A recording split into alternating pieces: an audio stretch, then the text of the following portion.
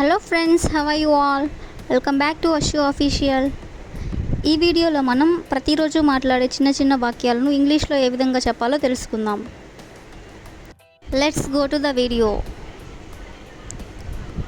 First one, నేను అలా అనుకోవడం లేదు. దీన్ని మనం ఇంగ్లీష్లో ఎలా చెప్పాలంటే ఐ డోంట్ థింక్ సో, అంటే నేను అలా అనుకోవడం లేదు. నెక్స్ట్ వన్, దయచేసి నన్ను క్షమించండి. దీన్ని మనం ఏ విధంగా చెప్పాలంటే ప్లీజ్ ఫర్గివ్ మీ, అంటే దయచేసి నన్ను క్షమించండి. నెక్స్ట్ వన్, నేను అది నమ్మను. దీన్ని మనం ఏ విధంగా చెప్పాలంటే I don't believe that. Next one, మీకు అభ్యంతరం లేకపోతే ఇఫ్ యూ డోంట్ మైండ్, అంటే మీకు అభ్యంతరం లేకపోతే. నెక్స్ట్ వన్, బాధపడకు. మనం ఎవరినైనా ఇలా చెప్తుంటాం కదా, బాధపడకు అని. Don't worry. నెక్స్ట్ వన్, ఎక్కడికి వెళ్ళకు. Don't go anywhere. Next one, coffee చల్లారిపోతుంది. దీన్ని మనం ఏ విధంగా చెప్పాలంటే coffee is getting cold. Next one, నేను కాఫీ తీసుకోను. I don't take coffee. Next one, ఇంకా ఏంటి, మనం ఎవరితో అయినా ఇలా అంటుంటాం కదా, వాట్ ఎల్స్, అంటే ఇంకా ఏంటి. నెక్స్ట్ వన్, దయచేసి మర్చిపోవద్దు. ప్లీజ్ డోంట్ ఫర్గెట్, అంటే దయచేసి మర్చిపోవద్దు. నెక్స్ట్ వన్, నేను అలా మాట్లాడను. I don't speak like that, అంటే నేను అలా మాట్లాడను. నెక్స్ట్ వన్, దీనిని దూరంగా పారవేయి, అంటే ఏదైనా దూరంగా పారవేయి అని చెప్పేదాన్ని మనం ఏ విధంగా చెప్పాలంటే త్రో దిస్ అవే, అంటే దూరంగా పారేయి. నెక్స్ట్ వన్, నీకు గుర్తుందా, మనం ఎవరినైనా ఇలా అడగాలనుకున్నప్పుడు డూ యూ రిమెంబర్, అంటే నీకు గుర్తుందా. నెక్స్ట్ వన్, దయచేసి నన్ను దీవించండి. ప్లీజ్ బ్లెస్ మీ, అంటే దయచేసి నన్ను దీవించండి. నెక్స్ట్ వన్, త్వరగా రా. మనం ఎవరినైనా ఇలా త్వరగా రా అని పిలవాలనుకున్నప్పుడు కమ్ సూన్, అంటే త్వరగా రా.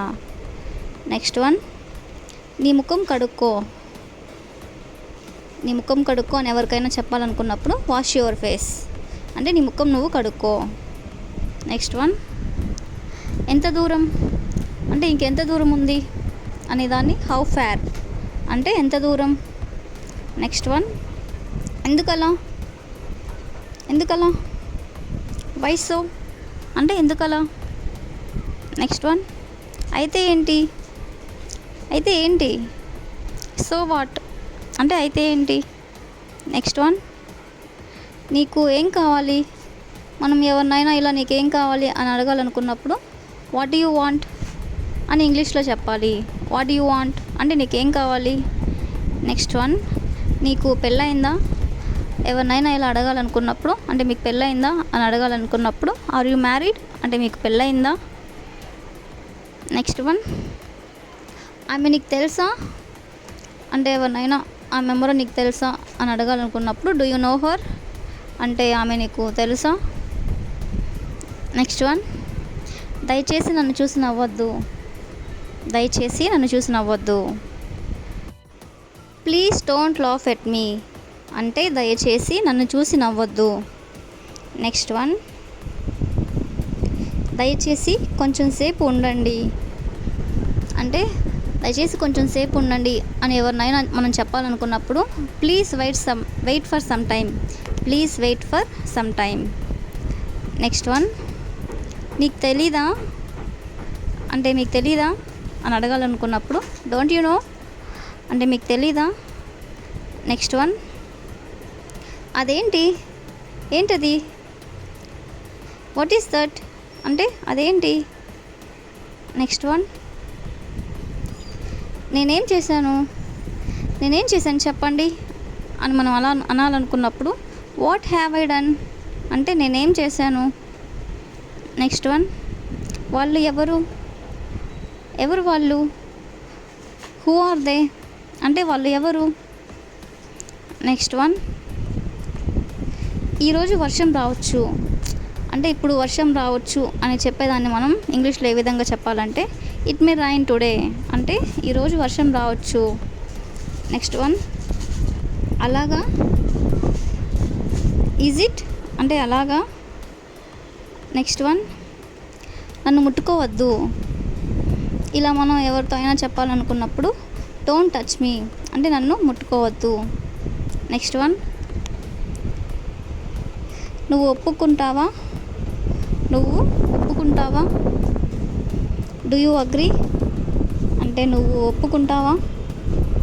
నెక్స్ట్ వన్, నీకు ఇంకా కావాలా అంటే ఏదైనా మీకు ఇంకా కావాలా అని అడగాలనుకున్నప్పుడు డూ యూ వాంట్ మోర్ అంటే మీకు ఇంకొంచెం కావాలా అని. నెక్స్ట్ వన్, నీకేమైంది. ఎవరినైనా మనం ఇలా అడుగుతుంటాం కదా, అప్పుడు మనం దీన్ని ఇంగ్లీష్లో ఎలా చెప్పాలంటే వాట్ హ్యాపెన్ టు యూ అంటే నీకేమైంది. నెక్స్ట్ వన్, నేను నీతో మాట్లాడాలనుకుంటున్నాను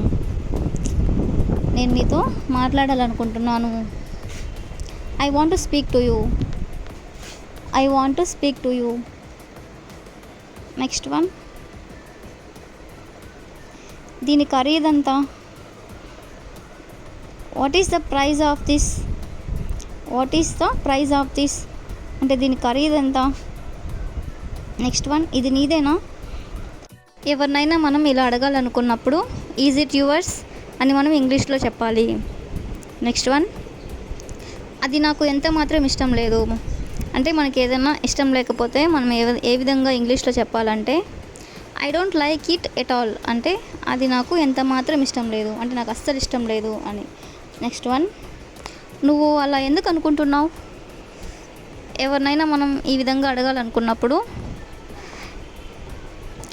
why do you think so అంటే నువ్వు అలా ఎందుకు అనుకుంటున్నావు. నెక్స్ట్ వన్, దీనికి నేను ఎంతో విచారిస్తున్నాను అంటే నేను ఎంతో బాధపడుతున్నాను అని మనం ఏ విధంగా చెప్పాలంటే ఇంగ్లీష్లో I'm so sorry for this అంటే నేను దీనికి ఎంతో విచారిస్తున్నాను.